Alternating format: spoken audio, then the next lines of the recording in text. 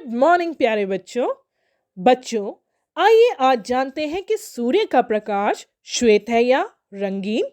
Is sunlight white और coloured? आपने class 7 में पढ़ा है कि सूर्य के प्रकाश को श्वेत प्रकाश के रूप में जाना जाता है। आपने यह भी सीखा है कि इसमें 7 रंग होते हैं जिन्हें हम विबग्योर के नाम से जानते हैं। सूर्य के प्रकाश में अनेक रंग होते हैं। आइए यह जानने के लिए एक क्रियाकलाप करें। इस क्रियाकलाप को करने के लिए आपको जरूरत है एक कटोरी की, एक समतल दर्पण की और पानी की। सबसे पहले आप कटोरी में जल को भरिए और इसमें समतल दर्पण को रखिए। इस व्यवस्था को सूर्य की रोशनी में रखें ताकि सूर्य का प्रकाश दर्पण से परावर्तित हो सके। इसके सामने एक व्हाइट शीट रखिए। बच्चों, आप देखेंगे कि सूर्य का प्रकाश परावर्तित होकर कई रंगों में विभाजित हो रहा है। परावर्तित प्रकाश में आपको अनेक रंग दिखाई दे रहे हैं। ऐसा क्यों होता है? क्योंकि दर्पण एवं जल संयुक्त रूप से एक प्रिज्म बनाते हैं और यह प्रकाश को अनेक रंगों में विभाजित करता है। और बच्चों, प्रकाश के अपने रंगों में विभाजित होने को प्रकाश का विक्षेपण कहते हैं। Splitting of light into its colours is known as dispersion of light. इंद्रधनुष विक्षेपण को दर्शाने वाली एक प्राकृतिक परिघटना है। Rainbow is a natural phenomena showing dispersion. हमने देखा है कि कोई भी वस्तु इसलिए दृश्य होती है क्योंकि प्रकाश उनकी सतह से परावर्तित होकर हमारे नेत्रों तक पहुंचता है।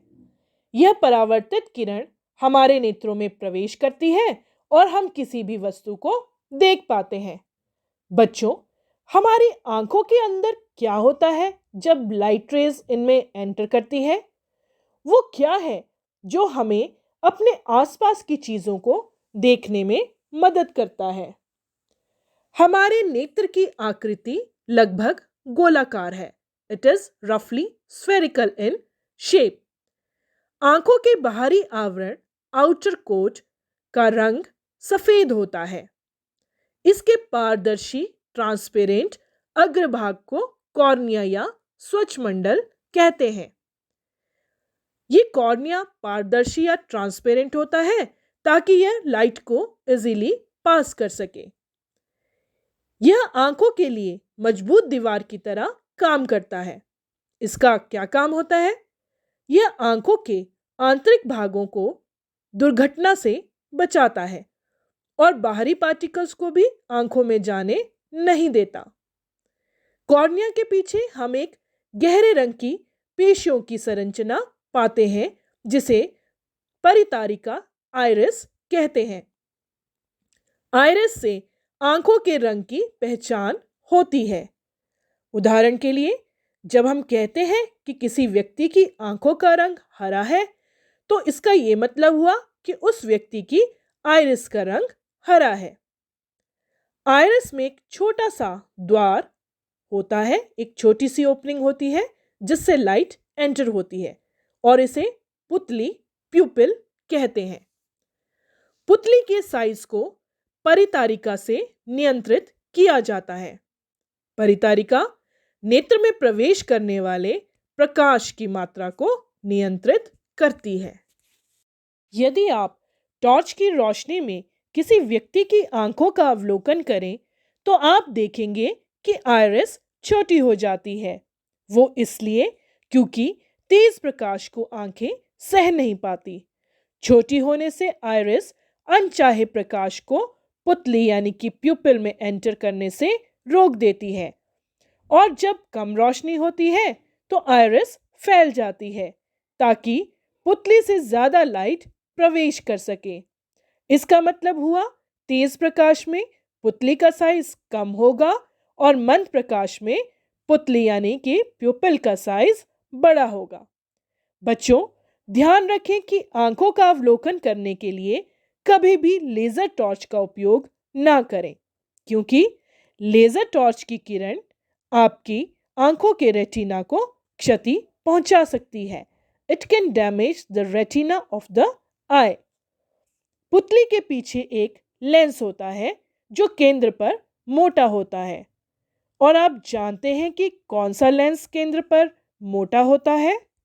जी हाँ, कन्वेक्स लेंस, उत्तल लेंस। और आप जानते हैं कि कन्वेक्स लेंस एक कन्वर्जिंग लेंस यानी कि अभिसारी लेंस है, क्योंकि यह सारी लाइट को एक पॉइंट पर फोकस करता है। ये आप कक्षा 7वीं में पढ़ चुके हैं। तो यह लेंस प्रकाश को आंख के पीछे एक परत पर फोकसित करता है। इस परत को रेटिना यानी कि दृष्टिपटल कहते हैं।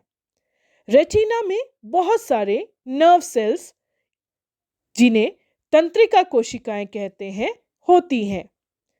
तंत्रिका कोशिकाओं द्वारा अनुभव की गई संवेदनाओं को दृक् तंत्रिका यानी कि ऑप्टिक नर्व द्वारा मस्तिष्क तक पहुंचा दिया जाता है। तंत्रिका कोशिकाएं यानी कि नर्व सेल्स भी जो है वो दो प्रकार की होती हैं। पहली होती है शंकु, कोन सेल्स, जो तीव्र प्रकाश यानी कि ब्राइट लाइट के लिए सुग्राही, सेंसिटिव होती हैं और रंगों की सूचनाएं भी भेजती हैं। और दूसरी है शलाकाएं यानी कि रॉड सेल्स, जो मंद प्रकाश यानी कि डिम लाइट के लिए सेंसिटिव होती हैं। तो नेत्र के रेटिना पर शंकु और शलाकाएं ये प्रकाश सुग्राही अंग होते हैं। मानव नेत्र में कई शंकु और शलाकाएं होती हैं जो प्रकाश संवेदी यानी कि लाइट सेंसिटिव होती हैं। ब्राइट लाइट में कोन सेल्स देखने में मदद करते हैं और डिम लाइट में रॉड सेल्स की जरूरत पड़ती है।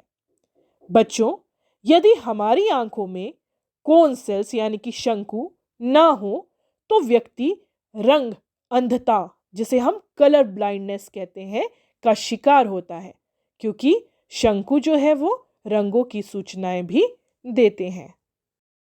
बच्चों, दृक् तंत्रिकाओं तथा रेटिना की संधि पर कोई तंत्रिका कोशिका नहीं होती। There are no sensory cells at the junction of retina and optic nerve, so no vision is possible at that spot. इस बिंदु को अंध बिंदु यानी कि ब्लाइंड स्पॉट कहते हैं। और अपनी आंख में इस ब्लाइंड स्पॉट का हम कैसे पता कर सकते हैं? आइए देखें। किसी कागज की शीट पर एक गोल चिन्ह तथा एक क्रॉस बनाइए। गोल चिन्ह क्रॉस के दाईं ओर होना चाहिए। दोनों चिन्हों के बीच 6 से 8 सेंटीमीटर की दूरी होनी चाहिए। कागज की शीट को नेत्र से भुजा की दूरी पर रखिए। अब अपनी बाईं यानी कि लेफ्ट आंख को बंद कीजिए और अपनी दाईं आंख को डॉट पर फोकस कीजिए। अब धीरे धीरे कागज की शीट को अपने नजदीक लाइए।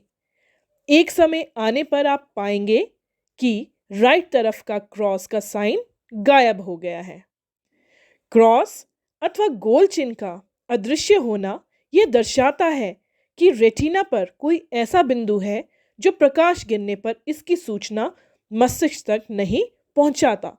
The disappearance of the cross or the round mark shows that there is a point on the retina which cannot send messages to the brain when light falls on it.